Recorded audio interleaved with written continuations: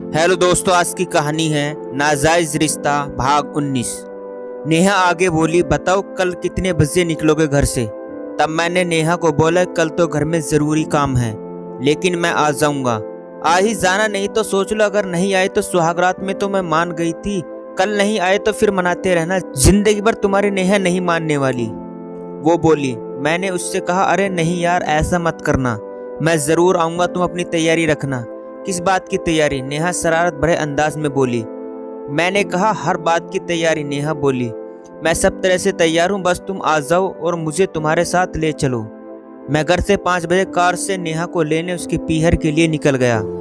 मैंने सबसे पहले नेहा को कॉल करके बता दिया कि मैं घर से निकल गया। नेहा ने खुशी जाहिर करते हुए कहा कि आ जाओ, मैं तो सुबह से आपका इंतजार कर रही हूँ। समय निकलता जा रहा था। नेहा की माँ ने हमारे घर फोन करा और बोली, कौन?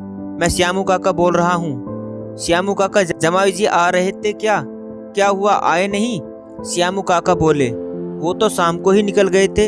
श्यामू काका अब सोच में पड़ गए कि हुक्म सा तो शाम को ही निकल गए थे, अब तक वो उन्हें पहुंच जाना चाहिए था।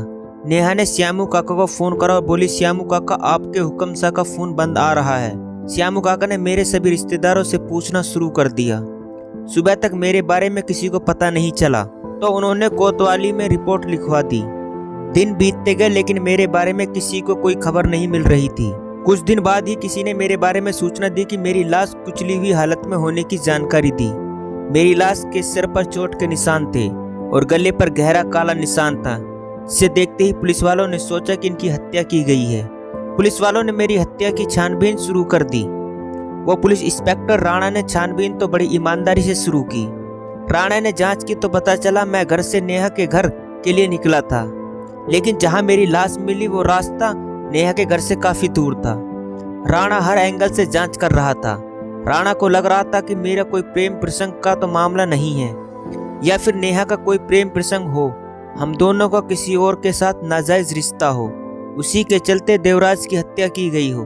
हमने देवराज जी का तो पता कर लिया था, वो तो बहुत ही गंदा इंसान किसी की घर की औरतों को उठाकर ले जाता था। इसके चलते उसके दुश्मन बहुत से होंगे, लेकिन देवराज को उसके दुश्मनों ने मारा होता तो कब के मार देते। लेकिन न मारने का एक ही कारण हो सकता है कि देवराज का रुतबा। उनके दुश्मन तो उनसे डरते थे। राणा हवलदार तुकाराम से बोले, फिर कौन हो सकता है साहब जी? तुकाराम बोले कि पत्नी का भी तो प्रेम प्रसंग हो सकता है। क्या कहते हो तुकाराम? राणा तुकाराम से बोला, तुकाराम तुम जाओ और पता करो। राणा तुकाराम से बोला। तुकाराम चला जाता है। साहब एक लीड मिली है। राणा, बोलो तुकाराम। बोलो तुकाराम साहब, देवराज की पत्नी नेहा का शादी से पहले संजय के साथ नाजायज रिश्ता था। राणा, क्या बात कर रहे हो तुम? तुकाराम, साहब ये सच है। राणा तुकाराम मिसेज देवराज को कोतावली बुलाओ, चले जाता है। थोड़ी देर बाद नेहा कोतावली आती है। राणा, आइए जी बैठिए और बताइए कि आपके पति की हत्या कौन कर सकता है? किसी पर शक है? उनके बहुत से दुश्मन थे, कोई भी उनकी हत्या कर सकता है। नेहा बोली, आपने ही तो कहीं उनकी हत्या तो नहीं कर दी? राणा नेहा की कुर्सी पर हाथ रखकर बोला, मैं मेरे पति की हत्या क्यों करूंगी? जबान को लगाम दे इंस्पेक्टर। नेहा गुस्से में बोली, माफ करना मिसेज देवराज। राणा बोला, यह आपकी पहली और अंतिम गलती है। नेहा बोली, वैसे आपका और संजय का क्या रिश्ता है? राणा अपने गालों पर हाथ फेरते हुए बोला, हम अच्छे दोस्त हैं। नेहा बोली, आपको अगर कोई परेशानी ना हो तो क्या मैं आपका फोन देख सकता हूँ? राणा नेहा से बोला, हाँ जरूर। नेहा फोन देते हुए बोली, हवलदार तुकाराम ये फोन लो और इसकी डिटेल्स निकालो। राणा फोन तुकाराम को देते हुए बोला। करीब आधे घंटे बाद नेहा के मोबाइल नंबर की पूरी डिटेल राणा के सामने रखी थी।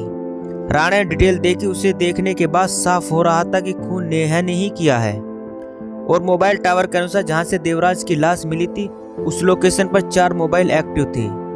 राणा को एक बात समझ नहीं आई थी कि नेहा के मोबाइल नंबर की लोकेशन हत्या वाली जगह की नहीं थी। फिर हत्या किसने की, यही सवाल दिमाग में घूम रहा था।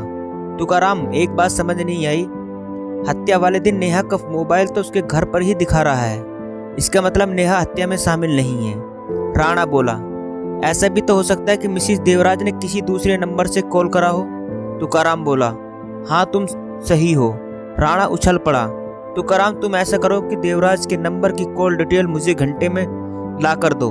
राणा सिगरेट निकालते हुए बोला, कौन था देवराज के खून में शामिल?